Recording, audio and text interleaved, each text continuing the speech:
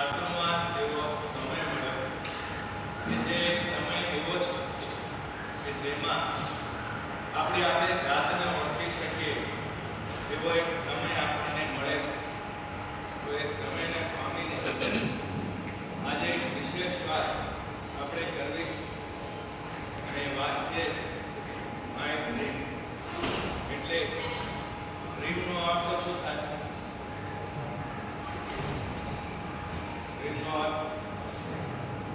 સપનું, મારી એક ભાવના, મારું એક સ્વપ્ન. અકબર અને બિરબલ બંને એકબીજાને વાત કરતા હતા અને રાજસભામાં બેઠા હતા. એમાં અકબરને કંઈક સૂઝ્યું અને અકબરે બિરબલને કીધું, બીજો બિરબલ, મને એક સ્વપ્ન આવ્યું. તો કે સારી વાત, શું સ્વપ્ન આવ્યું? તો કે આપણે બંને નીકળ્યા તો એમાં થયું શું કે તું અને હું બંને ઘોડસવારી કરતા કરતા નીકળ્યા અને આપણે જોયું કે તું એક ખાડામાં પડી ગયો. બિલકુલ સારું. અને તું કીચડના ખાડામાં પડ્યો ગયો હતો. એટલે જોયું, પણ મારું સ્વપ્ન કે એટલું જ ચાલ્યું કે તું કીચડના ખાડામાં પડી ગયો.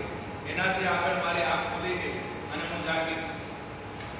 હવે બિરબલ અકબરને કહે છે કે મહારાજ, તમને અધૂરું સ્વપ્ન આવ્યું.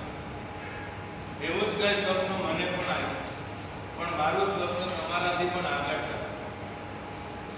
તો અકબર કે તારે શું આગળ છે? એટલે જો દાદા સાહેબ એવું થયું કે આપણે બંને ઘોડસવારી માટે નીકળ્યા. ફરતા ફરતા તમે જેમ કીધું કે મારો ઘોડો ખાડામાં પડ્યો અને હું ખરેખર કાદવમાં પડ્યો. બધા કપડાં મારા બદલી ગયા, બધું શરીર બગડી ગયું, એવી હાલત મારી હતી. પણ બાજુમાં એક અમૃતનો કુંડ હતો. એ કુંડમાં તમે પડ્યા અને તમારું શરીર આખું અમૃતથી લેપાયેલું હતું. બંને આપણે ખાડામાં પડ્યા અને મારું સ્વપ્ન હજી થોડું આગળ ચાલ્યું.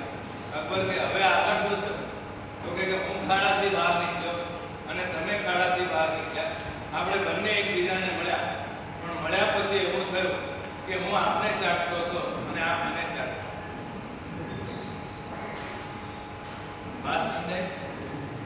એટલે અકબર બિરબલને નીચું દેખાવા માંગતો હતો કે મને સ્વપ્નમાં એવું દેખાયું કે તું કાદવમાં પડી ગયો. અને બિરબલે તરત જ એ કથાને આગળ વધારી દીધી અને કીધું કે ખરેખર પડ્યો તો હું હતો, પણ હું તમને ચાટતો હતો અને તમારા શરીર પર શું હતું? અમૃત. અને મારા શરીર પર શું હતું? એટલે આ તો એક ખાલી સ્વપ્નની વાત. કલ્પસૂત્રમાં ઘણા બધા સ્વપ્ન આવવાના કારણ હતા. વધારે ખાઈ લીધું હોય તો પણ સ્વપ્ન આવે, અને અપાચન થયું હોય તો પણ સ્વપ્ન આવે, વાયુ થયું હોય તો પણ સ્વપ્ન આવે. અને કેટલા વ્યક્તિઓ તો એવા હોય કે એને દિવસે અને રાત્રે ઊંઘમાં અને જાગતા આખો દિવસ સપના જ આવે. એને કહેવાય મુખેલી લાલ કે અસીમ સ્વપ્ન. હવે બધા પેલા જોતા હશે કે મુખેલી લાલને ચાલતા ઉઠતા સુતા બધે સપના જ આવ્યા કરે. અને કલ્પસૂત્રમાં કારણ આપે કે દિવસે કરેલી પ્રવૃત્તિ હોય તો એ પાછી રાતના ઊંઘમાં કરે. જેમ કે કાપડનો વેપારી હોય, આખો દિવસ બોલો દુકાન પર શું કરે? કાપડ ફાડીને આપે, કોઈને 2 મીટર, કોઈને 4 મીટર. હવે એવો જ વ્યક્તિ જો એ સંસ્કારોને લઈને ઊંઘી જાય તો એ ઊંઘમાં પણ શું કરે? એક વ્યક્તિ જે કાપડનો વેપારી દિવસભર ભાડ્યા કરે, રાતના પણ એને ઊંઘમાં એ સ્વપ્ન આવે કે બહુ વેપારી આવી ગયા છે અને બધા માલનું ડિમાન્ડ કરે છે. હવે પોતે સૂતેલો છે, પોતાને ભાનમાં નથી, એટલે સ્વપ્નમાં ને સ્વપ્નમાં ઉઠે છે. હવે ઘણીવાર સ્વપ્ન એવા હોય કે એમાં પોતે પ્રવૃત્તિ પણ કરી શકે, પણ વ્યક્તિને દેખાતું નથી અને જાગૃત નથી થતો. એ કાપડનો વેપારી રાતના સૂતો હતો. સૂતા સૂતા સ્વપ્નમાં એને દેખાય કે ઘણા બધા વેપારીઓ આવી ગયા અને બધા કપડાની ડિમાન્ડ કરે છે. અને પોતે ઊભો હતો, પોતે જ્યાં સૂતો હતો એ ચાદર કાઢી અને ચાદરને ફાડીને આપવા લાગ્યો. લો આ 2 મીટર, લો આ 4 મીટર. એટલે આવા પણ સ્વપ્નની અસર. પણ આજે આપણે જે સ્વપ્નની વાત કરી છે એવા કોઈ સ્વપ્નની વાત નથી. તમારા પણ સ્વપ્ન હશે. એક સ્વપ્ન હોય જાત, એક સ્વપ્ન ના હોય જગત, અને એક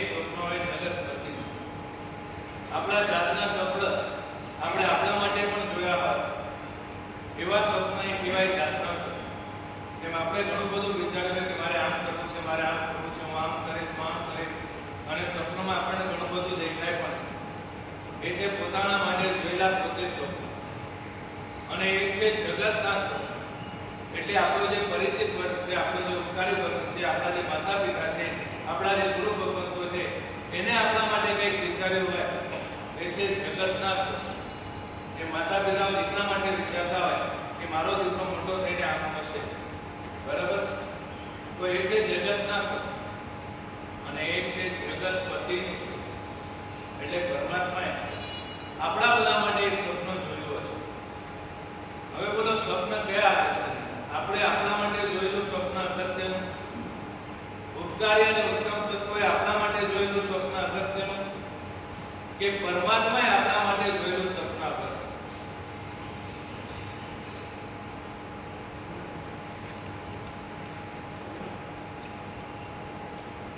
બોલો કયું સ્વપ્ન અગત્યનું? એક આપણે જાતે આપણા માટે જોયું હોય, એક આપણા ઉપકારી અને ઉત્તમ તત્વો હોય એને આપણા માટે જોયું હોય, અને એક પરમ કૃપાળુ પરમાત્માએ આપણા માટે જોયું હોય. ત્રણ પ્રકારના આપણા સ્વપ્નો હોય, તો એ સ્વપ્નમાં કયું સ્વપ્ન અગત્યનું અને કયું સ્વપ્ન ઇમ્પોર્ટન્ટ? મંડીજી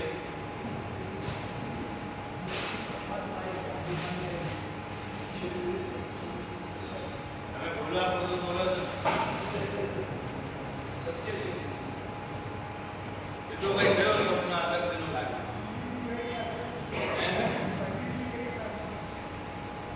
તમે ટોપી પહેરાવો છો,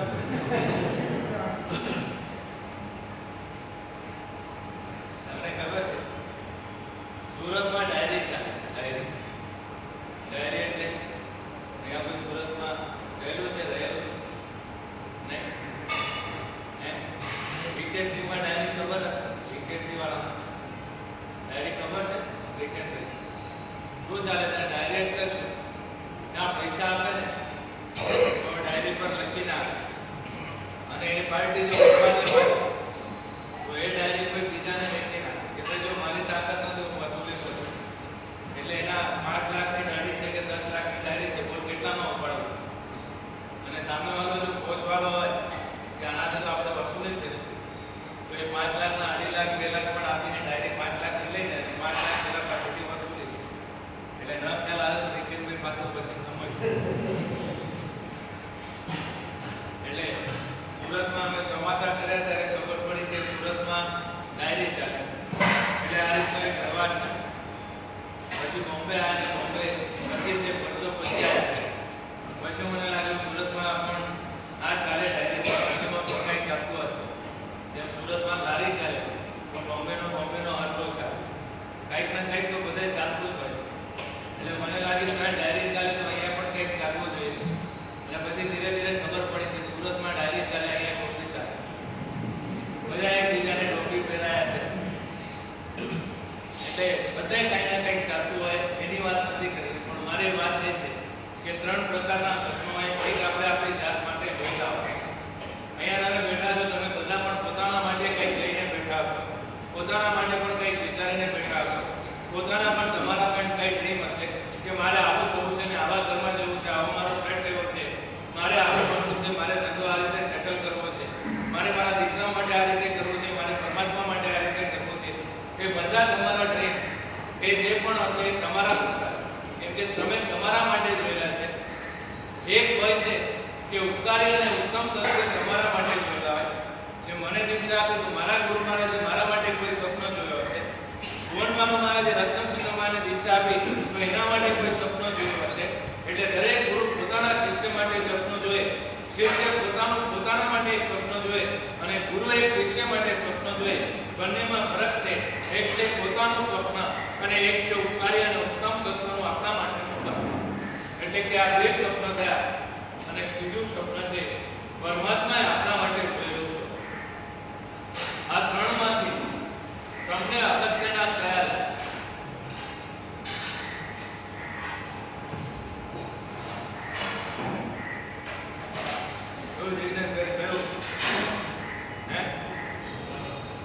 પોતાના માટે.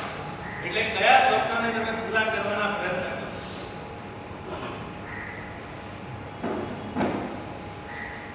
ભાઈ કયો સ્વપ્ન પહેલા પૂરું કરો? અમારા માટે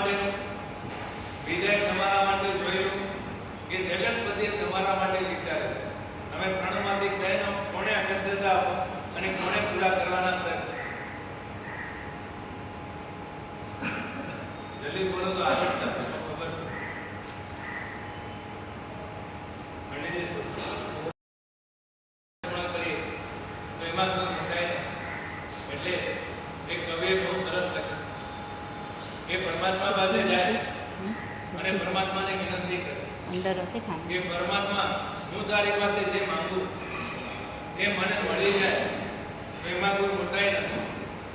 કેમ કે હું માંગુ અને તું આપી દે એમાં કોઈ મોટાઈ નથી. કેમ કે તું તો દાતા છે, આપવા જ બેઠો છે અને મારી માંગણી કેવી હશે?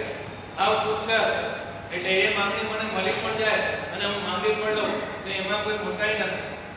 પણ તે મારા માટે જે વિચાર્યું એ હું બની જાઉં તો એ ખરેખર મોટી વાત છે. આપણે આપણા માટે જે વિચાર્યું છે એ આપણે જીવનમાં લાવી દઈએ એ કઈ બહુ મોટી વાત નથી. કેમ કે એ તો તમે જ વિચાર્યું હતું ને તમે હંમેશા લિમિટમાં જ વિચારો. પણ જે અનલિમિટેડ વિચારી શકે અને બિયોન્ડ ધ ઇમેજિનેશન વિચારી શકે એ ઉપકારી અને ઉત્તમ તત્વ જ હશે. તમે વધારેમાં વધારે શું વિચારો કે આ ચોમાસું આવે છે, એક સીધી તપ કરી લેશું, માસ્કમણ કરી લેશું, 1-2 લાખ રૂપિયા વાપરી લેશું. તમારા ડ્રીમ આટલા જ. ગુરુ ભગવાનના ડ્રીમ એનાથી થોડા આગળ ચાલતા હોય કે ના આ વખતે આ ભાઈ થોડો આગળ વધશે અને પરમાત્મા તો આપણા માટે અનબિલીવેબલ ડ્રીમ લઈને બેઠા છે. જેમ રત્નસુંદરમાં જે ક્યારેક વિચાર્યું નહીં હોય કે હું 500 ચોપડી લખી શકું, પણ જોન બાનુસુરીમાં જે વિચાર્યું હશે કે આટલું બધું લખી શકે. રત્નસુંદરમાંને વિશ્વાસ હતો કે એક પોસ્ટકાર્ડમાં હું લખી શકીશ, પણ એક 500 પુસ્તક લખતા થઈ ગયા તો બોલો આપણે કોને અગત્યતા આપવી જોઈએ? મેં ક્યારેક એમ વિચાર્યું નહોતું કે હું સંયમ લઈ શકીશ અને સંયમ લઈ શકીશ તો આમ આટલા બધા લોકોની સામે હું બોલી શકીશ, હું સુધર્મા સામેની પાઠ પર બેસી શકીશ, હું પ્રવચનો આપી શકીશ, હું ગ્રંથોને વાંચી શકીશ, હું હરિભદ્ર માનના વચનો સમજી શકીશ, હું યશોવિજય માનને સમજી શકીશ, હું આગમ વાંચી શકીશ એવી કોઈ કલ્પના પણ હતી નહીં. કેમ કે જે વ્યક્તિ ઉપાસનામાં ન ગયો હોય, જે વ્યક્તિ આપિલ ન કર્યા હોય, જે વ્યક્તિને નૌકાર અને કર્મી મંદિર ન આવડતું હોય એવાને ગુરુ ભગવત કદાચ દીક્ષા આપી દે એમની ઉદારતાના કારણે. પણ એ વ્યક્તિ શું વિચારે? વિચારીને પણ કેટલું વિચારે કે મને શું મળે? પણ આ ગુરુની તાકાત જો, આ પરમાત્મા તત્વની તાકાત જો કે આપણને ક્યાંથી લઈને ક્યાં બેસાડી દે. એટલે આપણે બધા ગામથી જ્યારે નીકળ્યા હતા ત્યારે ખરેખર કે જો શું વિચારીને નીકળ્યા હતા કે બસ એક ઘર મળી જાય, એક પોટલો મળી જાય ને થોડું રોટલો મળી જાય, બહુ થઈ ગયું. પણ બોલો આજે ક્યાં સુધી પહોંચી ગયા હતા? પોટલો પણ આવ્યો, રોટલો પણ આવ્યો, રોટલો વધી પણ ગયો. પેલા એક કિચન વાળો હતું, હવે એક બેડરૂમ વધી ગયું. પેલા બહાર જવાનું હતું, હવે અંદર જ આવી ગયું. પેલા અને હવાના કાલમાં કેટલો ફરક થઈ ગયો. લોકો જમતા હતા અંદર અને જતા હતા બહાર. હવે શું થાય છે? જમે છે બહાર અને જાય છે અંદર. એટલે ઘણો બધો બદલાવ આવી ગયો. અને જે ખરેખર બહાર કરવું હતું એ આપણે અંદર કરવા લાગ્યા અને જે અંદર કરવું હતું એ બહાર કરવા લાગ્યા. ઘરનું જ ખાવું જોઈએ એની જગ્યાએ આપણે આજે બહાર ખાતા થઈ ગયા. અને બહાર એટલું બધું વધી ગયું છે કે રવિવારે મને લાગે સાંજે ભોસડી જવું હોય તો મને લાગે મારે મેકડોનલ્ડ અથવા સ્વિગીમાં જ જવું જોઈએ. કેમ કે ત્યાં બધું રેડી મળી જાય અને નિર્દોષ મળી જાય. ઉલટું તમારા ઘરે આવો તો ત્યાંથી જ આવતું હોય. હું ઘરે આવું તો તમે કીધું સાહેબ મેકડોનલ્ડથી મંગાવ્યું છે, આવે છે. એટલે એવી પરિસ્થિતિ થઈ ગઈ છે. અને હવેનો કાળ એટલો બધો વિખરી ગયો કે રવિવાર હોય અને સાંજે ઘરે બનાવે એ તો શક્યતા જ નથી. રવિવાર છે બહાર જ જવાનું જોઈએ. એક છૂટી મળી નહીં કે બહાર જવું જોઈએ તે જાણે એક સ્ટેટસ સિમ્બોલ બની ગયો. અને ન જાય તો આજુબાજુમાં પૂછવા લઈ જાય જેમ આજે ક્યાંય ગયા નથી. ઘરમાં બેસવું તો જાણે હવે ગુનો થઈ ગયો. પેલા માણસ બહાર રખડતો હતો તો એને કહેતા હતા કે આના કોઈ ઠેકાણા નથી. હવે માણસ ઘરે રહે ને તો લોકો કે આનો કોઈ મિત્ર નથી. માણસ જાય તો જાય. હવે છોકરીને પરણવા જાય તો પેલી છોકરી પૂછે છે તમારા કોઈ ફ્રેન્ડ છે? પેલો કે નથી. તો કે જવા દો, પેલો કે છે તો કે કેવા ફ્રેન્ડ છે? પીએ છે એવા કે ખાલી રમે છે એવા? તો કે પીએ છે એવા. તો છોકરી કે બરોબર છે, તો લગ્ન કરવા. અને એ કે ઘરે જ રહું છું, મારા કોઈ ફ્રેન્ડ નથી, રાત્રે ભોજન કરતો નથી, ગાડી છે નહીં, ફરવાની મને આદત નથી, પૈસા ખોટા હું વાપરતો નથી. તો એ છોકરી કે તો ઠીક, તમે જ્યાં છો ત્યાં જ બરોબર છે, હું જાઉં.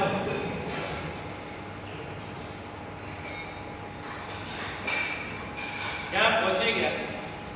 એક સમય હતો ખાનદાન જોવાતો હતો અને હવે સમય એવો આવ્યો છે કે એની પાસે શું છે એ જોવાય છે, એ કેવો છે એ જોવાતો.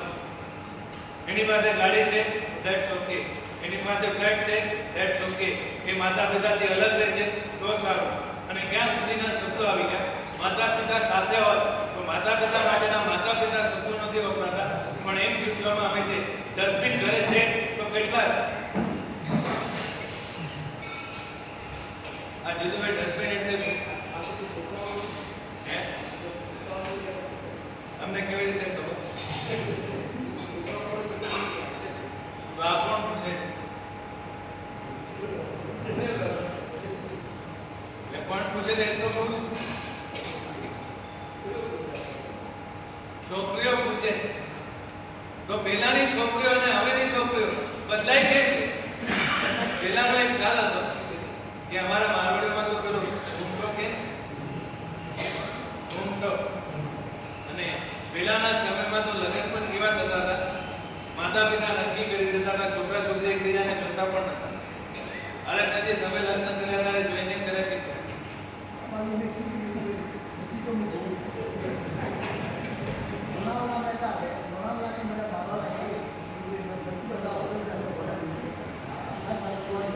મને લાગ્યું હરકચંદી એ વખતે ભોળા હશે, હમણાં ઉસ્તાદ પણ હરકચંદી એ જ વખતે ઉસ્તાદ છે. એટલે ખરેખર આ દામોદરવાડીમાં ઘણું બધું મને શીખવા મળશે. મેં ભૂલ કરી, મને એમ લાગ્યું કે મારે તમને શીખવાડવું છે, પણ આમ દામોદરવાડીમાંથી મને ઘણું બધું શીખવા મળે છે. મને એમ લાગ્યું હું તમને સુધારીને જઈશ, પણ હરકચંદી કે સાહેબ અમને તમે શું સુધારશો, અમે તમને સુધારશો.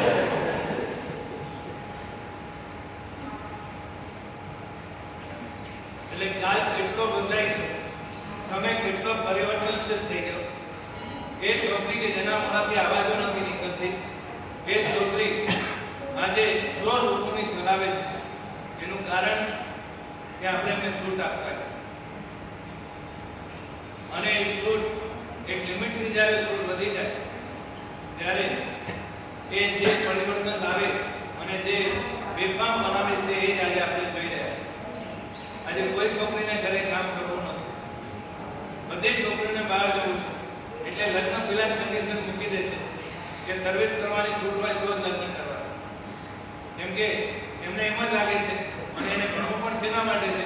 કેમ કે ભણેલી હશે તો જ બહાર જવા મળશે, અને ભણેલી નહીં હોય તો એ રોટલી બનાવવી પડશે, થેપલા બનાવવા પડશે, પરોઠા બનાવવા પડશે, એ મીઠા સવારવા પડશે. એટલે છોકરીઓ હવે શું કરે છે? ભણે છે.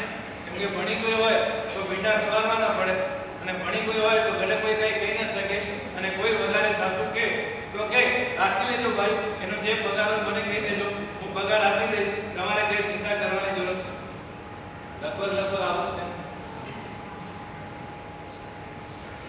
આવું છે. અને પાછા તમે રાજી છો.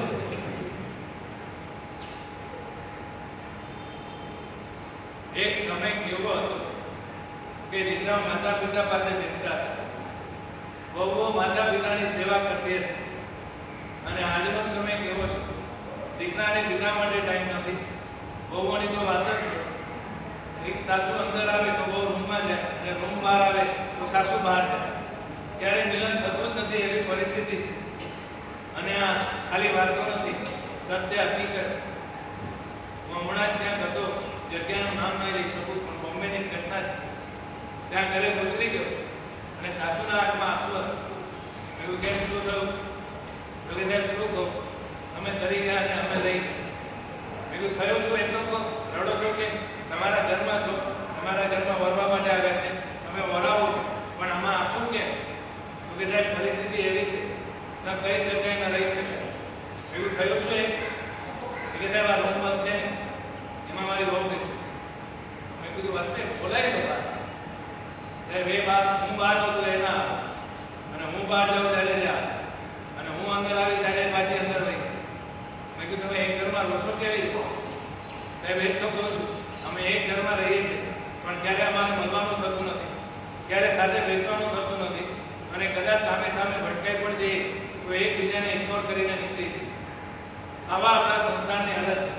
અને એ સંસારમાં તમે બધા મસ્તીથી રહો છો, એ માટે તમને બધાને ખૂબ ખૂબ ધન્યવાદ.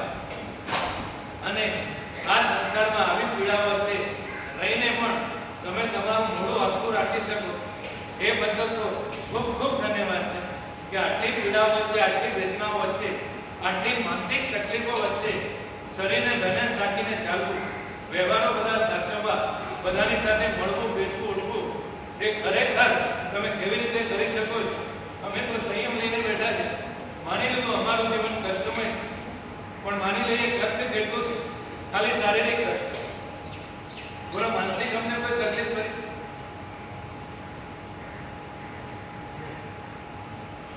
બીજું ભાઈ શું માનસિક અમને કોઈ તકલીફ લાગે છે? દૂધના ભાવ 10 રૂપિયા વધે તો અમને ટેન્શન વધે ખરું?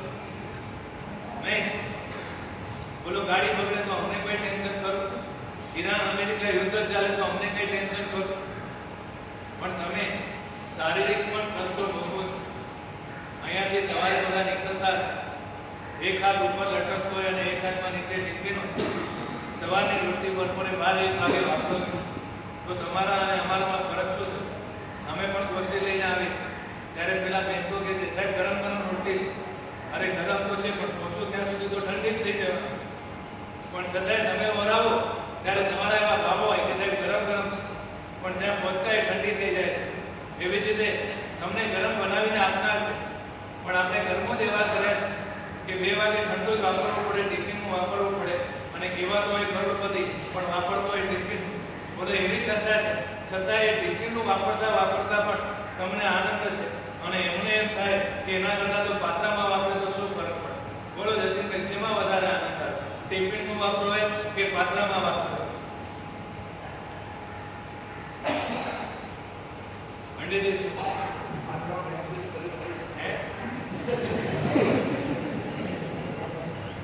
આજે આવો એક આવો.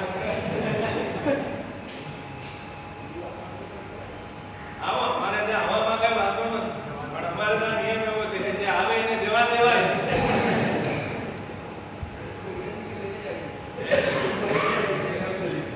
અમારા ત્યાં રિટર્ન ટિકિટ હોતી જ નથી. અમારા ત્યાં ખાલી એક જ બ્રેક છે, એન્ટ્રી એક્ઝિટ હોતી જ નથી. તમારા ત્યાં બે હોય છે, એન્ટ્રી અને એક્ઝિટ. અમારા ત્યાં ખાલી એન્ટ્રી જ હોય, અને એન્ટ્રી એવી હોય કે પછી એ પોતે જ જાય. એટલે તમે એકવાર આવીને તો જાઓ, તમને પોતાને એમ થશે હવે જોવું. એટલે આ બધી પરિસ્થિતિઓ વચ્ચે આપણે આપણી આત્માનો વિચાર એ બહુ પુણ્ય હોય, બહુ સદભાગ્ય હોય, ત્યારે જ આપણે વિચારી શકીએ. એ તો હમણાંના કાલની અને વાતાવરણ એટલો બધો વિષમ બની ગયો છે કે આખા દુનિયાને બીજાને જોવાને વિચારવા માટેના સમય છે, પણ જાતના વિચારવા માટેના સમય નથી. બોલો, તમે નોટિસ કરો, આખા દિવસમાં તમે જે વિચારો છો, તમે જે જુઓ છો, એ બીજાનું જુઓ છો, બીજાનું વિચારો છો, કે જાતનું જુઓ છો અને જાતનું વિચારો?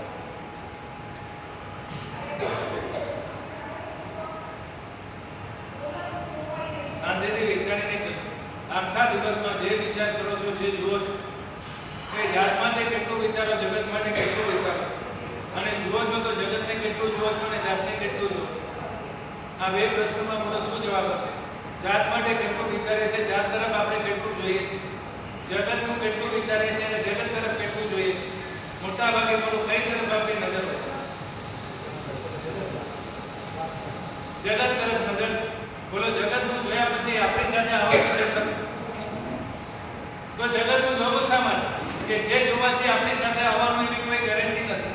જે જોયા પછી ઉલટા આપણે દુઃખી થવાના છે. તો એવું જોવું શા માટે અને એવું ગળવું શા માટે?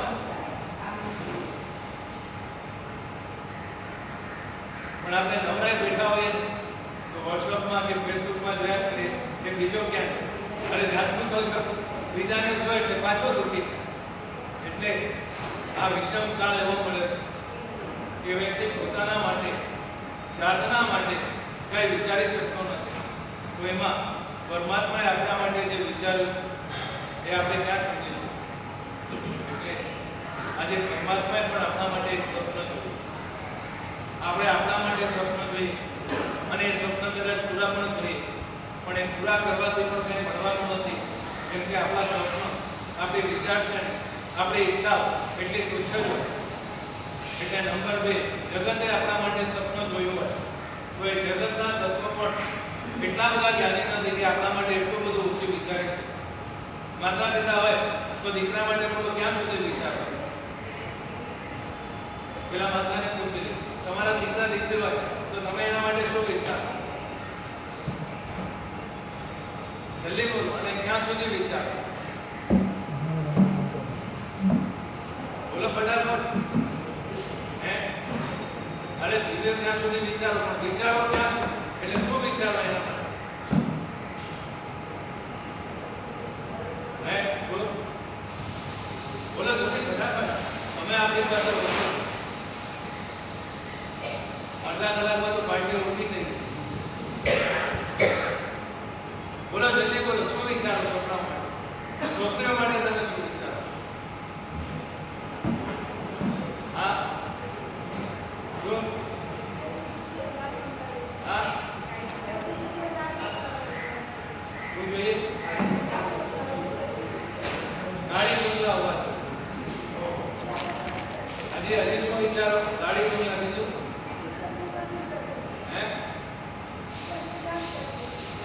રિક્ષા સુધી ના વિચાર એટલે ગાડી બોલવા સુધી વિચાર. અરે મારો વિચાર તો તમે શું વિચારો? એ શું વિચારો? દીકરા દીકરી માટે શું મળવું જોઈએ?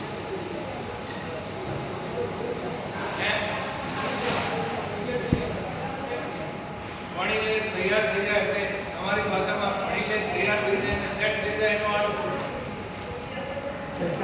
જીતુભાઈ સેટ થઈ જાય એટલે શું? જીતુભાઈ સેટ થઈ જાય એટલે શું?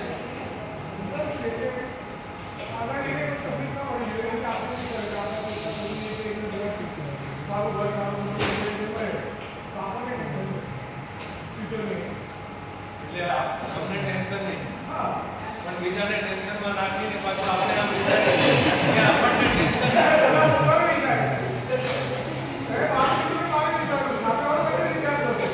એમ નહીં. તમે મારી વાત નહીં સમજી. આ બધા નથી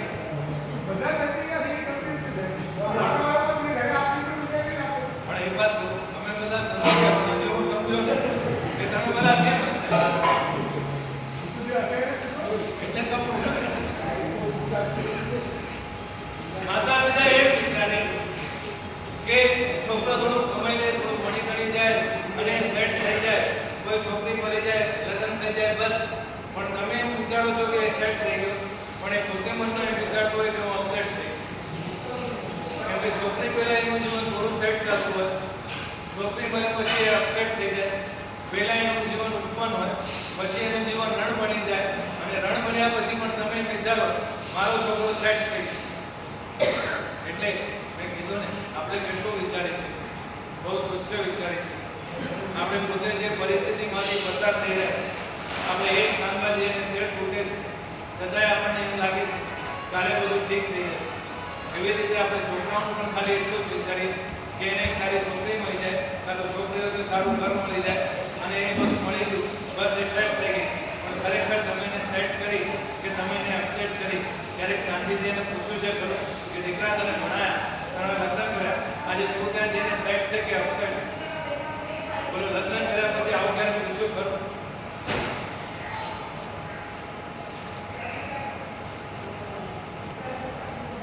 એટલે તમારે ખરેખર શું કરવું જોઈએ અને કેવી રીતે કરવું જોઈએ એ પણ તમને બધાને ખબર નથી. અમારા ત્યાંનો શું સિસ્ટમ, મારી રિક્ષા થઈ અને વિધાઉટ ટ્રેનિંગ થઈ તો ગુરુમાં એટલે કે દીક્ષા દાનેશ્વરી પુણ્યમાં કેટલા બધા કામો એમને લઈને બેઠા છે. કેમ કે ચોમાસા પૂરા થાય અને સન ઉપર સન નીકળતા હોય, ચોમાસા પૂરા થાય એટલે દીક્ષા ઉપર દીક્ષા ઉતરતી હોય, ચોમાસા પૂરા થતા હોય એટલે કામ ઉપર કામ હોય, અને એમાં આટલી મોટો સમુદાય લઈને બેસવું અને પોતે આ પદ પર વિરાજમાન હોય, કેટલી બધી જવાબદારી. છતાંય અમારી દીક્ષા લઈ ત્યારે અમે નવા હતા, વાપરવા બેસીએ ત્યારે પોતે બાજુમાં બેસીને વપરાય. રોજ રાતના અમને બોલાવી કે તમને અહીંયા ફાવે છે, તમને અહીંયા જામે છે, હું તમને એટલું જેટલા સાધુ સસરા અહીંયા છે ખાલી એટલું કહો કે તમારા ઘરમાં બીજા ઘરમાંથી જે વ્યક્તિ આવી એની પાસે જઈને જ્યારે શાંતિથી બેસીને પૂછવું કરું કે તને અહીંયા ફાવે છે? ના, પેલા જેને પૂછ્યા જે આયા એને પૂછ્યું ક્યારે જાતે પૂછ. પ્રકાશભાઈ પૂછ્યું તમે કેમ ના પૂછ્યું?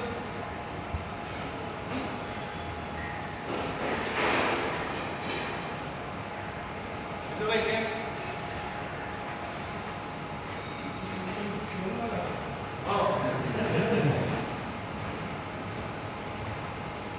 બોલો હું તમારે ત્યાં જાતમાં આવ્યા તો તમે બધા આવો. સાહેબ ખાતામાં છો, સાહેબ અહીંયા બધું ભાવે છે, સાહેબ કઈ તકલીફ નથી, કઈ હોય તો સાહેબ કહેજો, બરાબર? તો આવું તમે મને કેમ પૂછો છો? મોદી આવું કેમ?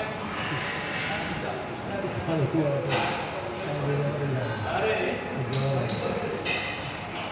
આ તો ધાર્મિક દૃષ્ટિએ પ્રેક્ટિકલ કરો ને કેમ પૂછો?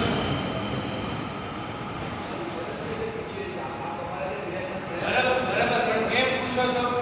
કેમ કે હું એક નવા ક્ષેત્રમાં આવું, એ ક્ષેત્ર અહીંયાની વ્યવસ્થા આખી અપરિચિત. તો સાહેબ અહીંયા આવ્યા તો સાહેબ આપણે બધું ફાવે છે, કઈ તકલીફ હોય તો જણાવો, બરાબર? કેમ કે મારા માટે શું થયું, ક્ષેત્ર બદલાઈ ગયું, વ્યક્તિઓ બદલાઈ ગયા, કોન્ટેક્ટ બદલાઈ ગયા, એટલે તમે પૂછતા જ આપણે સાહેબ કાંઈ કામ હોય તો પણ કહેજો. હું માર્કેટમાં જાઉં છું, હું બીકેસી જાઉં છું, હું આ બાજુ જાઉં છું, એટલે સાહેબ કાંઈ કામ હોય તો પણ કહેજો. જેમ અમને પૂછો એમ તમારા ઘરમાં પણ એક વ્યક્તિ ક્ષેત્ર બદલીને આવે, વ્યક્તિઓ છોડીને આવે, તો તમે તેમને કેમ ન પૂછો કે અહીંયા બધું ફાવે છે?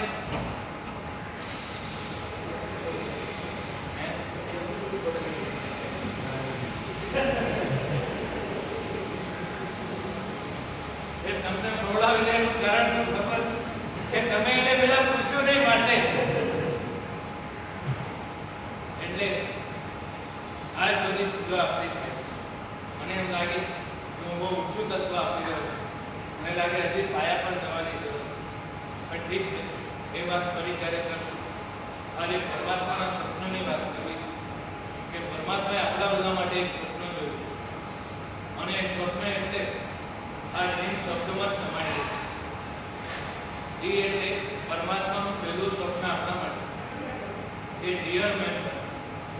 ડિયર એટલે આપણે જ્યાં જઈએ, આપણે જ્યાં હોઈએ ત્યાં આપણે બધાને ગમે. ખાલી એક પહેલું સ્વપ્ન પરમાત્માનું. બોલો એવું છે ખરું?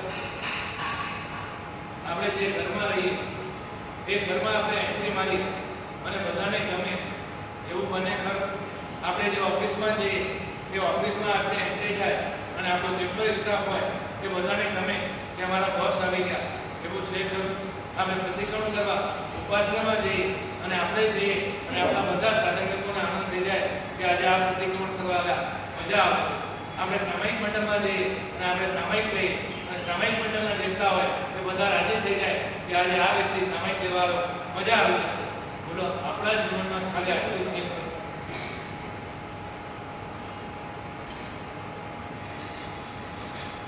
જો હરખ નથી, તમે જ્યાં જાઓ ત્યાં બધાને હરખ થાય છે.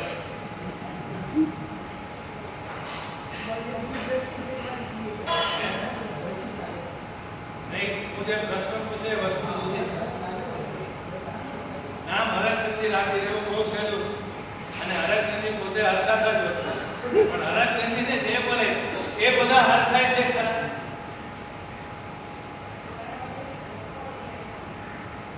બોલો તમે તમારા ઘરમાં જાઓ, બધા હરખે ખરા? શું મોદી તમે ઘરમાં જાઓ પછી આવી ગયા કે આજે મારા નયના સફળ થયા?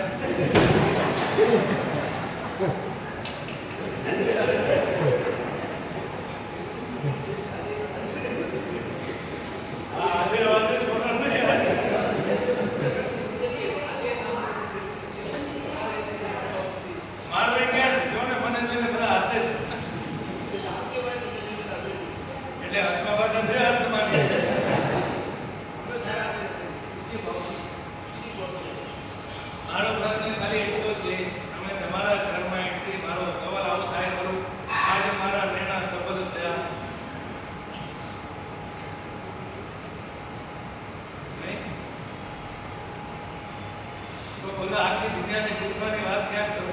ઘરના 4 સભ્યોનો પ્રેમ નથી જીતી શક્યા, આખી દુનિયાના પ્રેમની જીતવાની વાત કરીએ છીએ. આપણે છે ક્યાં?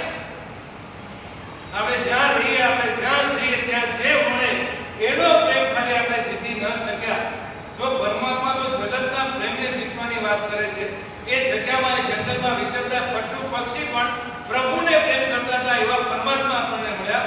એ પરમાત્માનું શાસન પામીને આપણે આપણું જીવન માત્ર એટલું તો ગણાવીએ, જે ઘરમાં જઈએ, જ્યાં રહીએ, જ્યાં આરાધના કરીએ, ત્યાં બધાના પ્રેમી બનીએ, ત્યાં બધા આપણને પ્રેમ કરે, ત્યાં બધાના લાઈક્સ આપણને મળે, અને WhatsApp પર લાઈક્સ મળી જાય, Facebook પર લાઈક્સ મળી જાય, એમાં આપણે હરખાઈ જઈએ છીએ. પણ આપણા ઘરના સભ્યોના લાઈક્સ આપણને નથી મળતા, તો આ બહારના લાઈક્સ મેળવીને મતલબ શું?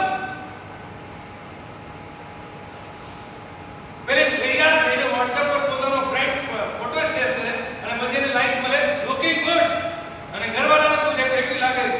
હવે હશે રે ભાઈ.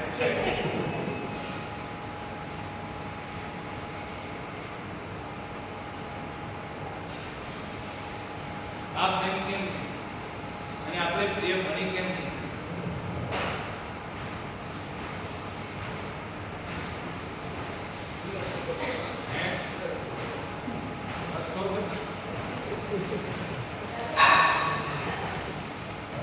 અરે સંજી હોશિયાર બહુ છે.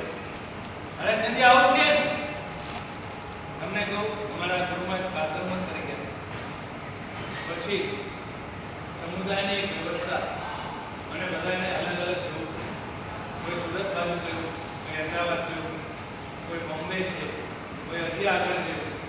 પણ જ્યારે બધા સાધુઓ છૂટા પડ્યા અને બધાને ખબર પડી કે હવે સાહેબ નથી, તો બધાએ અલગ અલગ ચાતુર્માસ કરવાની એક વ્યવસ્થા રૂપે પણ જવું પડશે.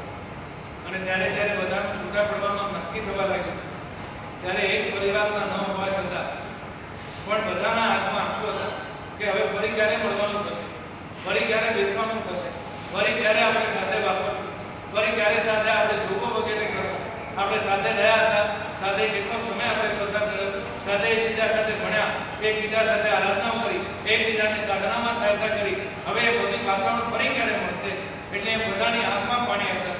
બોલો, તમારા પરિવારનું જ્યારે આ મિલન થાય, આવું કઈ થાય છે?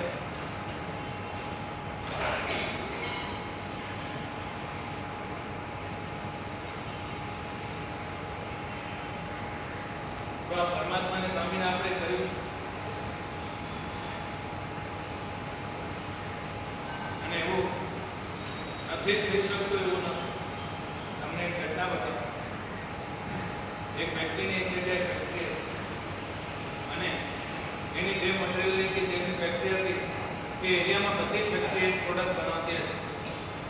અને એ વ્યક્તિને ત્યાં કામ કરવા વાળું માણસ, એ કામ બહુ મોટું, એટલે 3-4 મેનેજર, બીજો નીચે 25-30-40 સ્ટાફ, આજુબાજુમાં સેમ પ્રોડક્ટની ફેક્ટરી. અને એ માણસને ત્યાં એવું થાય કે એમનો જે પણ મેનેજર હોય એ આજુબાજુવાળા 6 મહિનાની અંદર એને છોડી નાખે, અને એ મેનેજરને પોતાને ત્યાં લઈ જાય. બોલો, આવી પરિસ્થિતિ આપણી સાથે હોય તો આપણે શું કરીએ?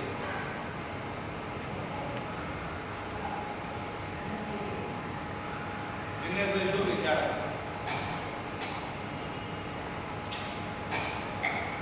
શૈલેષભાઈ શું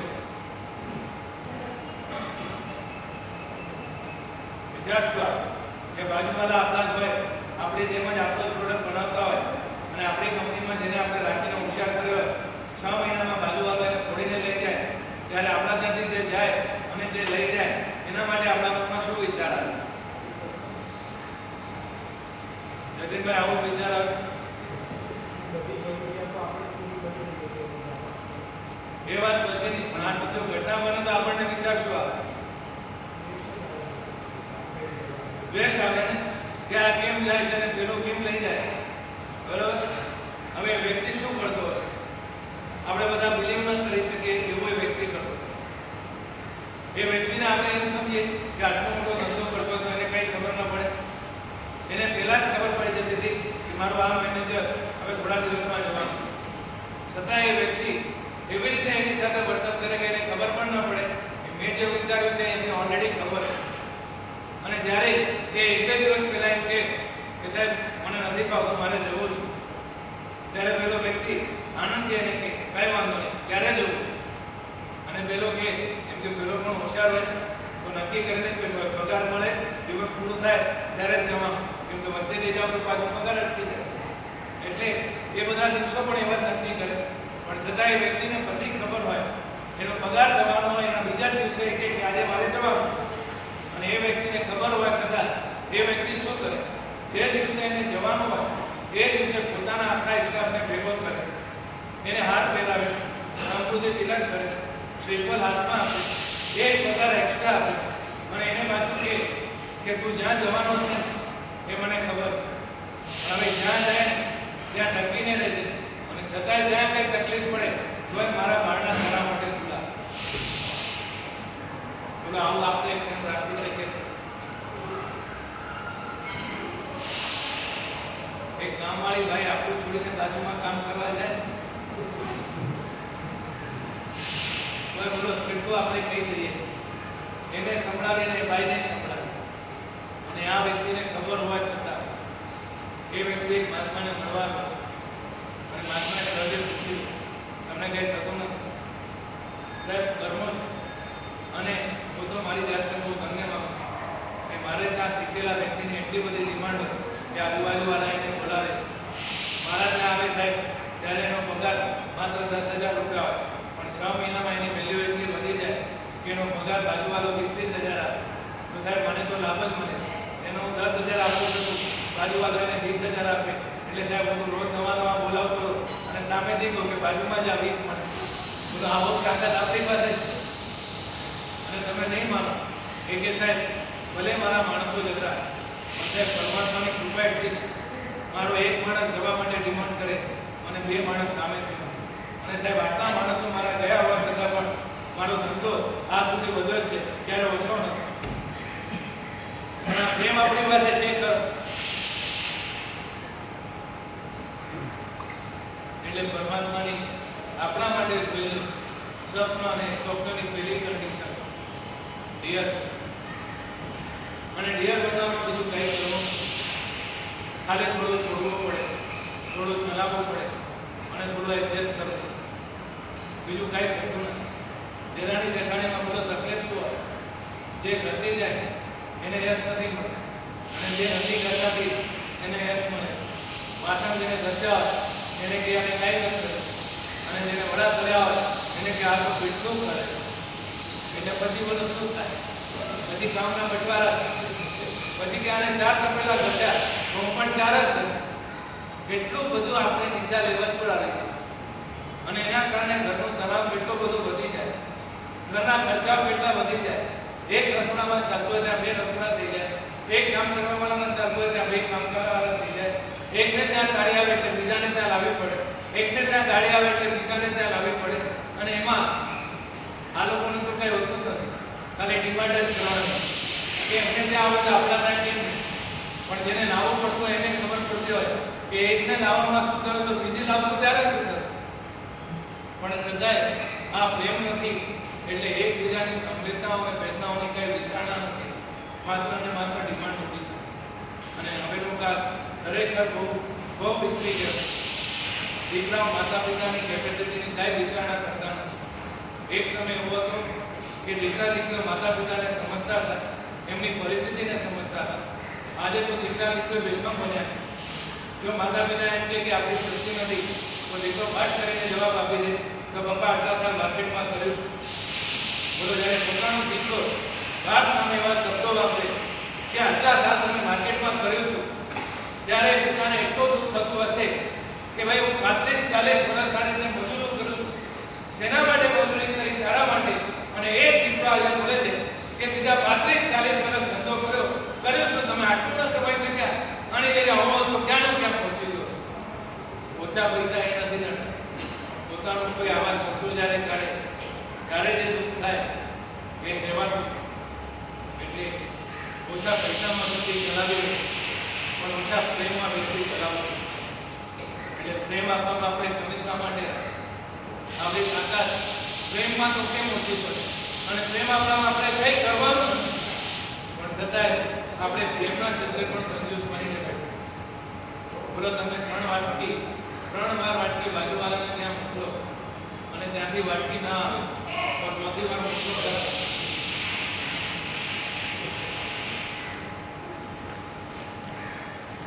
બોલો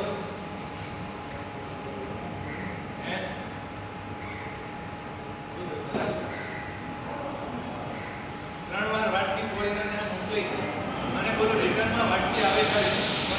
બાટલી ખાલી થઈને આવે એમાં બાજુ બે ભરેલું આવે અને થોડું મોટું જીરું ગયું ખાલી થઈ ગયું તમે હાલમાં ખાલી બાટલી આવી ગઈ 3 વાર બાટલી ગઈ અને બાટલી ખાલી થઈને આવી ગઈ હવે બોલો ચોથી વાર બાટલી મોકલો કરો નહીં કેમ નહીં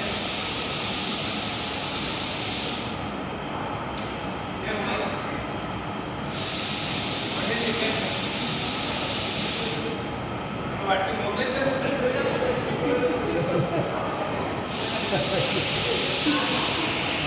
बोलो बाटी ना आवे तो कभी बाटी जाए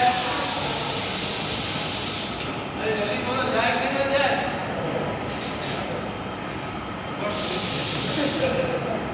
जल्दी में नहीं जाए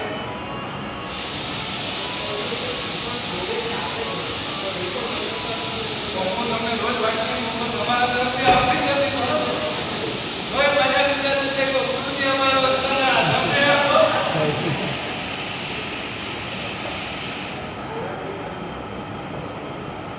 अरे सामे तो एक तो कोच હું તમને આટલા દિવસથી રોજ બાટલી મોકલું છું તમે પાછા સામે કે મોકલતા નથી અને પાછું સામે દેખો ગુરુજી અમારો વસ્તાના તમને આપો એટલે પેલો પ્રેમ આપે કે ના આપે મારે પ્રેમ આપવાનો એમાં આપણને ફરક અમે તો લગ્નમાં પણ ફરક નહીં કર્યો બોલે પેલા એના ત્યાં લગ્નમાં પત્રિકા મોકલી હોય એ વખતે એને એમ લાગેલો તમે બે તો જતીનભાઈ તમારે ત્યાં પ્રસંગ આવે તમારે પત્રિકા મોકલવાનું એમના ત્યાં પ્રસંગને 10 વર્ષ થઈ ગયા પેલા તમે કરોડના ફ્લેટમાં રહેતા હતા હવે 5 કરોડમાં આવી ગયા અને એને જે પત્રિકા મોકલી હતી એ કરોડના બદલે મોકલી હતી હવે તમારી કેપેસિટી વધી ગઈ તમારી સુખ સાહેબે વધી ગઈ હવે તમે એને પત્રિકા મોકલો ત્યારે જતા રહે એ હવે શું ફરક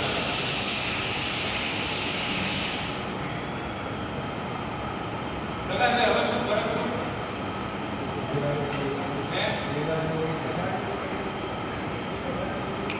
બસ સ્વામી માસ્ટર જ રાખો ને 1 કરોડમાંથી 5 કરોડ આવી ગયા ફરક શું પડે તમારે તો એમ કહેવું છે કે લગ્ન પ્રસંગે સ્વામી માસ્ટર જ રાખવું છે હરચંદી પરિવાર સાથે બધાજો ભલે બસીને એના 8 પ્લેટ હાર્મોનિયમમાં હોય ને 8 પરિવાર આવે આપણે ફરક શું પડે એના 1 કરોડ વાળે 5 કરોડ થઈ ગયા આટલી સમૃદ્ધિ કૃપાથી મળી તો હજી આપણે તો હિસાબ 1 કરોડ વાળો કંપનીને બેઠી કે એ વખતે એને પત્રિકામાં ભેટ લખ્યા હતા એટલે મારે પણ ભેટ જ કરવું આવો કે અને એ તો ઠીક આપણે તો સાંધો યાદ રાખીએ કે એને 100 મોકલ્યા હતા આપણે પાછા 100 જ આપવાના અને અહીંયા વિજ્ઞાનમાં પડેલું યાદ નથી રહેતું પણ 10 સાલ પહેલા આપણે તો 100 નો સાંધો હજી યાદ અને પછી તમે કો સાહેબ મને યાદ નથી ક્યાંથી વિશ્વાસ છે એટલે પરમાત્માનો પહેલો શબ્દ ધીરજ નંબર 2 એ પછી આવે છે આ રીચ મેન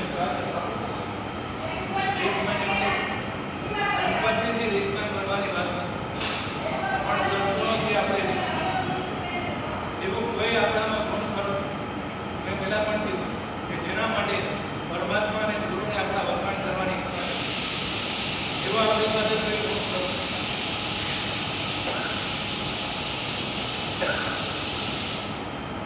પંડિતજી છે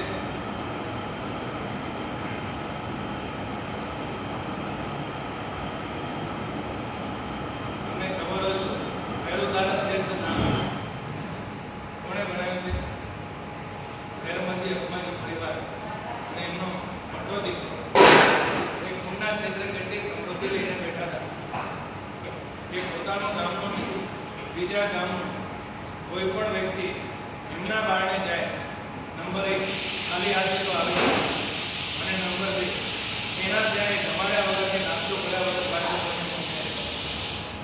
પોતે કરોડોમાં રમવાવાળા પણ છતાંય પોતાના ત્યાં નાનામાં નાનો વ્યક્તિ આવ્યો હોય કોઈ સંઘના ટ્રસ્ટીઓ આવ્યા હોય કોઈ ગામના વ્યક્તિઓ કામ લઈને આવ્યા હોય ડોનેશન માટે આવ્યા હોય છતાંય એમની સૌથી પહેલું કર્તવ્ય શું કરે એક તો એને આવકાર આપે વધારે પછી એને નાસ્તાનો સમય તો નાસ્તો કરાવે જમણવાનો સમય તો જમણ કરાવે અને કરાવ્યા પછી જ આગળની વાત થાય એ રીતે ના અમારે ખાલી કામ નહીં થાય તમારે અહીંયા વાપરવું પડશે વાપર્યા પછી જ કામની વાત થાય અને વાપર્યા પછી જે કામની વાત થાય જબરદસ્તી આપીને જ મોકલે ત્યારે એમ ન કે નહીં થાય. બોલો આપણી પાસે એવું પણ ખરું. આ તો એક નાનકડા સંખ્યા એવા કેટલા બધા ગુણો થઈ શકે, પણ આપણી પાસે એવા કોઈ સંસ્કાર ખરા? સંસ્કારના ક્ષેત્રે આપણે રીચ ખરા? આપણે કોઈ બાઉન્ડ્રી લાઈન ખરી? આપણા કોઈ નિયમ ખરા? આપણું કોઈ નિયંત્રણ અને આપણું કોઈ નિયમન ખરું કે સાહેબ આ વસ્તુનો અમારા જીવનમાં તમને દેખાશે જ નહીં, આ ક્ષેત્રે આવી પ્રવૃત્તિ અમારાથી તો તમને સાહેબ દેખાશે જ નહીં, ક્યાં તો અમારી થશે જ નહીં સાહેબ, આ ક્ષેત્રે એટલું બધું નિયમન, આટલું બધું નિયંત્રણ રાખીને અમે બેઠા છે, એવું કોઈ ક્ષેત્ર, એવા કોઈ નીતિ, એવી કોઈ નિયમ આપણે ખરા? એમને તો અમદાવાદ રાણીપુર ક્ષેત્ર અને હું પહેલો ધંધો ત્યાં કરવા ગયો એટલે સાહેબે પેલા પરીક્ષણ મને ત્યાં કરવાની આજ્ઞા કરી અને ત્યાં ગયો.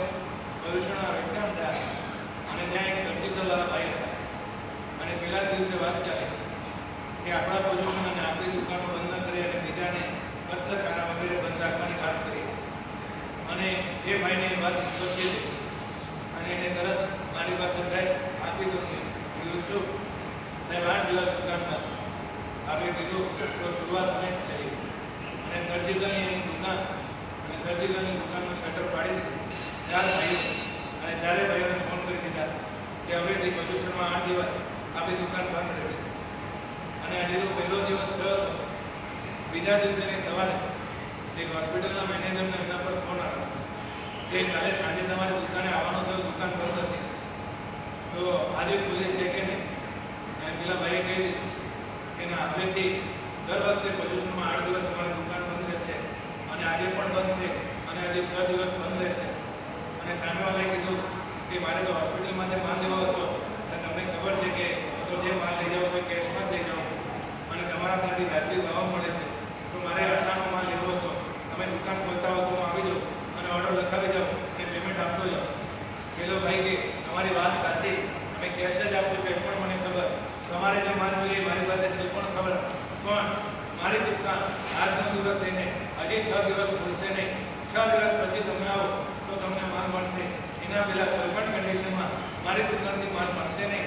એટલે જો તમારે બહુ અગત્ય હોય અને તમારે લેવું જ હોય તો હું તમને બીજી દુકાનનો એડ્રેસ આપી દઉં, પણ મારા ત્યાં તમને માલ મળશે નહીં અને મારી દુકાન ખુલશે પણ.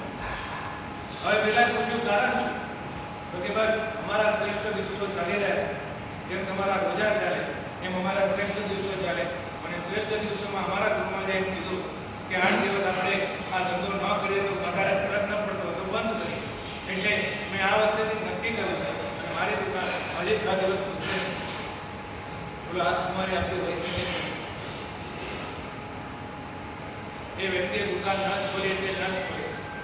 એના ભાઈના દીકરાઓના ફોન આવ્યા કે કાકા મારી જાવ દુકાન ખોલી દો, આટલી મોટી પાર્ટી આવી છે અને કેશમાં ધંધો થાય, શા માટે? એ કે તારે કેટલા જોઈએ છે? આ વખતે મારા બાપના જે નીકળે એ પણ હું આપવા તૈયાર છું, પણ દુકાન નહીં. અને 6 દિવસ દુકાન નહીં. તમે નહીં માનો એ બને 7મા દિવસે એ જ વ્યક્તિ આવ્યો અને એ જ વ્યક્તિ આવીને બધું માલ લખાવીને કેશ પેમેન્ટ પણ આપી દીધું અને બધું બિલ પણ થઈ ગયું. અને આ વ્યક્તિ એમને પૂછ્યું કે તમે 6 દિવસ કેમ રોકાઈ ગયા? અમારે માલ જોતો અને કેશમાં જોતો, તમને કોઈ પણ દુકાનથી મળી જાય, તો શા માટે મારી દુકાનમાં કે તમે આટલો ટાઈમ બેઠશો અને 6 દિવસ સુધી રહ્યા? એમને કીધું કે જે વ્યક્તિ તમને વફાદાર હોય એ વ્યક્તિ ધંધાને વફાદાર હોય. એટલે મેં નક્કી કર્યું કે હવેથી હોસ્પિટલમાં જે પણ માલ આવશે એ તમારા દુકાનમાંથી જ આવશે.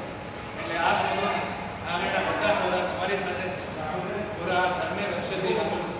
એટલે કે જો ધર્મની આપણે રક્ષા કરી તો ધર્મ આપણી રક્ષા કરે છે, પણ આપણામાં એ સત્વ નથી, આપણામાં એટલી દેવતા નથી, એટલે આપણે અદેવતાવાળા બનીને ધર્મના ક્ષેત્રે છૂટછાટ લઈ લઈએ છીએ, ધર્મના ક્ષેત્રે ચાલી જશે એમ કરી લઈએ છીએ અને અમે તમને ધર્મમાં જોડવા માટે ચલાવી લઈએ છીએ. એક જગ્યાએ છે પ્રતિક્રમણ ચાલતું હતું અને એક ભાઈ છે મળવા બધું પ્રતિક્રમણ કરી લીધું. એટલે પ્રતિક્રમણ તો કરી લીધું પણ કાંઈ લાવ્યો નહોતું. એટલે જાજમ છે, જાજમ પર બેસીને એટલે જાજમ પર તો બેસી છે પણ સાહેબ ઉપરથી પડલેમાં આવશે તો ઉપરથીમાં શું થશે? એટલે એક મિનિટ ઉભો રહે. જે ભાઈઓ આવ્યા તેમને પૂછ્યું રૂમાલ છે? એ સાહેબ રૂમાલ લે ઉપરથી પડલે કરી લીધું. પ્રતિક્રમણ એટલે અમને ધર્મમાં જોડવા માટે અમારે કદાચ નીચા આસ્તરે પણ આવે, પણ ધર્મને પકડી રાખીને ટકાવવા માટે આપણા સદગુણોને આપણી તૈયારી કરી. પોલ્યુશન સુધી તમે આવશો ને અમારે ડિમાન્ડ ચાલશે. પોલ્યુશન પછી અમારે લાગે બિલ્ડિંગે જવું પડશે અને મારે જવું પડશે. એટલે આપણામાં એટલું સત્વ કેમ નથી? આપણે ધર્મને બરાબર સમજ્યા કેમ નથી? અને ધર્મના ક્ષેત્રે આપણે ટકી રહેવા માટે અને આગળ વધવા માટે તૈયાર કેમ નથી? એટલે પરમાત્માએ આપણા માટે બીજું સત્વ જોયું. પેલા ડિયર નંબર 2 સદગુણો અને સંસ્કાર. Number 3 educated. આપણે ધર્મને અભિરામ કરીએ છીએ પણ ધર્મના ક્ષેત્રનું ધ્યાન કેટલું? બોલો અહીંયા જેટલા બેઠા છે 5 પ્રતિક્રમ કેટલાને આવે? વાયુ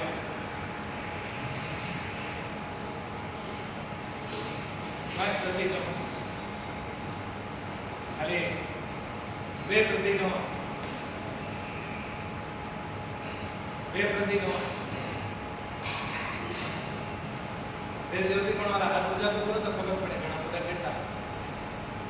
1 છે 2 જો 2 3 4 હશે. એટલે કેવી દશા છે કે 2 પ્રતિક્રમણ પણ આપણને આવડતા નથી. તો પછી આગળ થશે શું? અને પછી એના કારણે આપણી ક્રિયાઓ બધી નિરસ બની જાય. કેમ કે આપણે સૂત્રોના અર્થો ખબર નથી, કોના પછી કયો સૂત્ર આવે એ ખબર નથી, અને માત્ર એક ગતાનુગત ચાલે છે. અને ગતાનુગતના કારણે ખરેખર જે ક્રિયામાં રસ પડવો જોઈએ એ રસ પડતો નથી.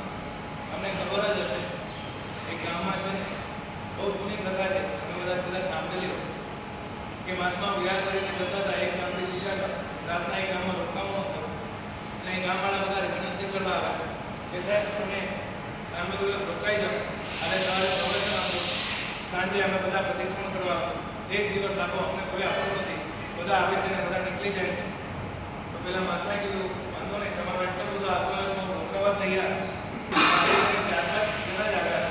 ત્યારે ગામમાં જેટલા લોકો છે એ બધા વ્યાખ્યાનમાં આવે અને પ્રતિક્રમણ કરવા આવે તો હું રોકાવા તૈયાર.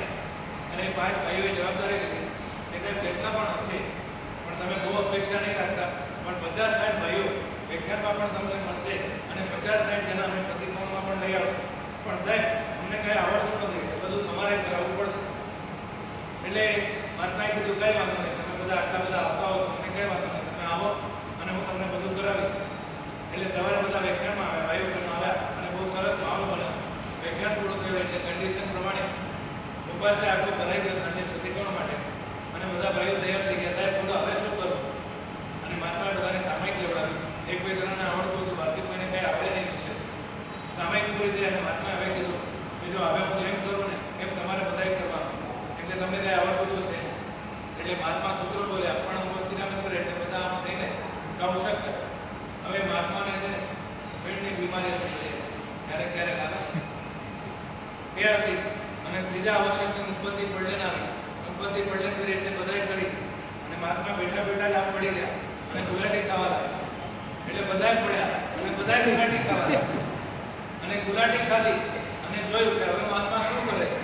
તો મહાત્મા તો એક જગ્યાએ સ્થિર થઈ ગયા અને મોઢામાંથી વ્હાઈટ ફિલ્મ નીકળવા લાગી. એટલે બધાએ પ્રયત્ન કર્યા કે આપણે પણ ફિલ્મ કાઢીએ, કે આ તો નીકળતો નથી. હવે મહાત્મા ખબર નહીં કેવી રીતે કાઢે. એટલે બધા ગુલાટી ખાઈને એક જગ્યાએ સ્થિર થઈ ગયા. મહાત્મા જ્યાં સુધી સ્થિર રહ્યા ત્યાં સુધી બધા સ્થિર રહ્યા. થોડી વાર થઈ એટલે મહાત્માને જાતે બહાર આવ્યો. મહાત્મા ઊભા થયા, આગળના વાંધા ચાલુ કર્યા અને આખું પ્રતિક્રમણ પૂરું થયું. બધાએ પ્રતિક્રમણ પૂરું કર્યું. પછી બધા મહાત્મા પાસે આવ્યા, સાહેબ બહુ સરસ થયું, પણ સાહેબ અમને પ્રાયશ્ચિત આપો, કેમ કે એક ક્રિયા અમારી થઈ ગઈ. મહાત્મા કે તમે બધું તો કર્યું, મેં જેમ કર્યું બધું કર્યું. તો કે સાહેબ બધું કર્યું, તમે જે કીધું જેવું કર્યું એવું જ અમે બધું કર્યું, પણ સાહેબ એક ભૂલ અમારાથી થઈ ગઈ. મારા સાહેબ કે શું થયું? તો કે જો સાહેબ ત્રીજા આવશ્યકની મુખપતિ પડલે થઈ, પછી તમે આમ ગુલાટી ખાધી, તો અમે લોકોએ ગુલાટી ખાધી, પણ પછી તમારામાંથી મોઢામાંથી વ્હાઈટ ફિલ્મ નીકળ્યું. અમે ઘણા ટ્રાય કર્યા પણ અમારા મોઢાથી નીકળ્યો નહીં. એટલે સાહેબ એનું પ્રાયશ્ચિત આપો. બોલો એનું કઈ પ્રાયશ્ચિત આ કેમ છે?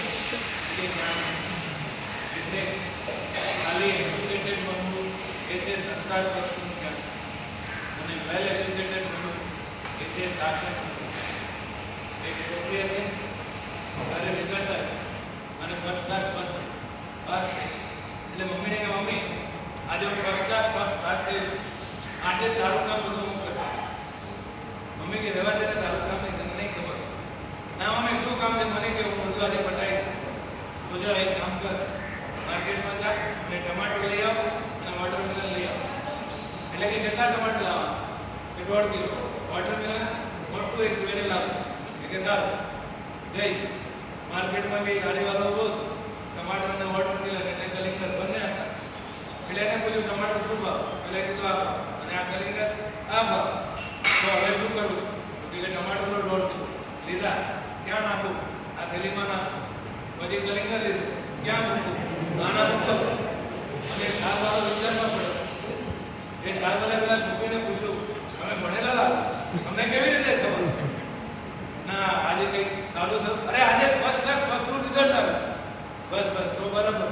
તમારા જેવા ભણેલા હોય ને એ જ આવું કરી શકે કે ટમાટર ઉપર કલિંગર નખાઈ જાય. બાકી ભણેલા હોય એ ટમાટર ઉપર કલિંગર ક્યારે નખાવે. એટલે આપણે શિક્ષણના ક્ષેત્રે કદાચ એજ્યુકેટેડ બની છે, પણ જ્યાં સુધી વેલ એજ્યુકેટેડ નહીં થઈએ ત્યાં સુધી પરમાત્માના ક્ષેત્રે આપણે ઠેકાણા પડવાના નથી. અને વેલ એજ્યુકેટેડ બનવું એટલે મારી કઈ વૃત્તિથી, મારી કઈ પ્રવૃત્તિથી, મારા કયા વલણ, કયા કર્મો બંધાશે અને એ કર્મો ભવિષ્યમાં ઉદયમાં આવશે ત્યારે મને શું મળશે એનું જ્ઞાન એ છે વેલ એજ્યુકેટેડ. આપણને એ પણ ખબર નથી કે આપણે આ કરીએ ત્યારે આપણે શું કર્મ બંધાય, આપણે આવું વિચારીએ ત્યારે શું કર્મ બંધાય અને એ કર્મ જ્યારે ભવિષ્યમાં ઉદયમાં આવે ત્યારે આપણે શું હાલત થાય એ આપણને ખબર નથી. એટલે આપણે હસતા હસતા કર્મો બાંધીએ છીએ અને એ જ કર્મો જ્યારે ઉદયમાં આવીએ છીએ ત્યારે આપણે રડીએ છીએ કે સાહેબ મારી જ સાથે જ આવું કેમ બન્યું, પણ તારા જ કરેલા કર્મો તને મળે. એટલે પરમાત્મા આપણા માટે ત્રીજું સપનું વિચાર્યું, એજ્યુકેટેડ બનવું. ચોથો સપનું આર્ટિસ્ટ, એ ફોર આર્ટિસ્ટ બનવું. એટલે પરમાત્માએ દરેકને કોઈના કોઈ ખૂબી આપી છે. બસ આપણે એ ખૂબીને આપણે પકડીએ અને એ ખૂબીના માધ્યમે શાસનની જે સેવા આપણે કરી શકતા હોય એ શાસનની સેવા આપણે કરીએ એ છે આર્ટિસ્ટ. એ કલાકાર. બધા પાસે કોઈનો કોઈ કલા હોય છે, પણ એ કલાનો ઉપયોગ કરવા આવડવું જોઈએ અને કલાનો સદુપયોગ કરવા આવડવું જોઈએ. એ ખરેખર આર્ટિસ્ટ. એટલે આગ લગાવવાનું કામ ન કરવું, પણ આગ ઉજાડવાનું કામ કરે એ ખરેખર આર્ટિસ્ટ છે. તોડવાનું કામ કરે એ નહીં, પણ જોડવાનું કામ જે કરે એ આર્ટિસ્ટ છે. તો પરમાત્માએ આપણને જે પણ ખૂબી આપી હોય, જે પણ આપણી પાસે શક્તિ હોય એનો ઉપયોગ આપણે શાસન માટે કરીએ એ પરમાત્માનું ચોથા નંબરનું સ્વપ્ન છે. અને પાંચમા નંબરનું સ્વપ્ન ડી એટલે ડી ફોર ડિયર. પછી ડી આર ફોર રીચ બનો, ઈ ફોર એજ્યુકેટેડ બનો, એ ફોર અને એમ ફોર મદદ. માં છે તે 3 કામ કરે એ માં કહેવાય. નંબર 1 બાળકને જે ત્યાગ કરે એ માં. એટલે નાનો હોય અને બાળક પોતાનું શરીર પણ બગાડી દે, કપડાં પણ બગાડી દે અને એને ખબર પણ નથી પડતી કે હું શું કરું, છતાંય માં એને સાફ કર્યા કરે. માનું પહેલું કામ હોય કે માં સાફ કરે. નંબર 2 માં નાના છોકરાને લઈને ઉભી હોય અને નવી સાડી પહેરી હોય અને છતાંય બાળક એ સાડીને પણ બગાડે, પોતાના કપડાને પણ બગાડે, છતાંય માં શું કે એને માફ કરે કે આ મારો જ બાળક. સાફ કરે એ માં છે, માફ કરે એ માં છે. અને નંબર 3 યાદ કરે એ માં છે. દીકરો બહાર ગયો અને એને ભાવતી પૂરણપોળી બનાવી હોય, માં દીકરાના ફોટો સામે પણ જોઈને એને યાદ કરે કે આજે જો દીકરો ઘરે હોય તો એ પૂરણપોળી વાપરતો હતો. એટલે ઘરે ન હોય તો તરત દીકરાને ફોન કરે, દીકરા જમ્યો ખરો, આજે ઘરે તારે ભાવતી પૂરણપોળી બનાવી. એટલે માની 3 ભૂમિકા હોય. સાફ કરે એ માં છે, માફ કરે માં છે અને યાદ કરે માં છે. એ પરમાત્માએ આપણા માટે આ છેલ્લું સપનું જોયું કે આપણે મદદ છે. મદદ એટલે જે આપણા કર્મો છે એને આપણે સાફ કરતા રહીએ. આપણને કોઈ પીડા આપે તો એને આપણે આપણે માફ કરતા રહીએ અને પરમાત્માને આપણે હંમેશા યાદ કરતા રહીએ એટલે પરમાત્માએ આપણા માટે આમ તો મેં જલ્દી છોડી દીધું કેમ કે નહીં તો તમે મને માફ નહીં કરો એટલે તમે બધા મને માફ કરી શકો કેમ કે બાકી તો આ 3 કલાક ચાલુ તોય ઓછું પડે અને આટલી બધી ગરાકી જામી હોય તો જતીનભાઈ માલ બતાવવાનું મજા આવે પણ ખાલી માલ જોઈને બધા જતા રહે તો ધંધો કરવાનો પણ મજા નથી આવે થોડો થોડો ધંધો કરી તો પણ વાંધો નહીં કે વધારે ચલાવો તો તમે પાછા આવશો એટલે તમારા પણ સમાધિ ટકી રહે એના માટે આપણે સમયસર જ પૂરું કરીએ બાકી તો આ પરમાત્માની વચનોની એવી મોજ છે કે આપતા રહો તો એ ખૂટે નહીં 3 કલાક સુધી 16 કરોડ દેશના ચાલે તોય ખૂટે નહીં પણ એ તો હજી આપણે દિવાળીમાં ચલાવવાનું છે દિવાળીમાં આપણે એવું કંઈ આયોજન રાખશું કે આ દામોદરવાડીમાં આ વખતે 16 કરોડ દેશના ચાલે એટલે મોદી સાહેબ એવી વ્યવસ્થા ગોઠવી દે સભા બધી બદલાય સભા બદલાતી જાય પણ દેશના અખંડ ચાલુ રહે પરમાત્માએ 16 કરોડ દેશના કેવી રીતે આપ્યો છે અને સાંભળવા વાળા કેવા હશે કે હળ્યા નહીં મળે અહીંયા તો એક સમય પૂરી થાય એટલે બધું હળી જાય અને મહાત્મા ન હળે તો એને હલાવી દે